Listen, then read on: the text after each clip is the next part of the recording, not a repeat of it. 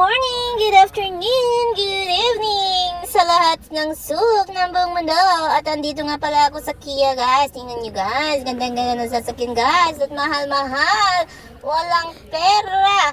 Tingin-tingin lang tayo, guys. Baka ako may pamigay dito, guys, na libre. Diba, guys? Yan, guys. Oh, ganda ng kulay. At ang mahal-mahal, 50 plus.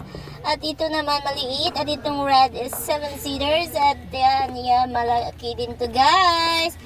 30 plus to, guys. Kaya okay lang, guys. Wala naman tayong pambili, guys. Kaya nood-nood na lang tayo. At ito naman yung white, guys. Pili-pili na tayo, guys.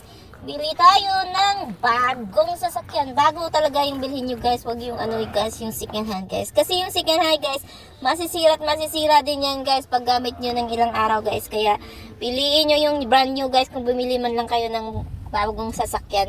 Bago nang bilhin nyo, guys. Kaya yun lang. Pumunta na ako doon, guys, kasi baka ako may pamigay at maging model ako ng sasakyan ng Kia, guys. Pero wala daw yan.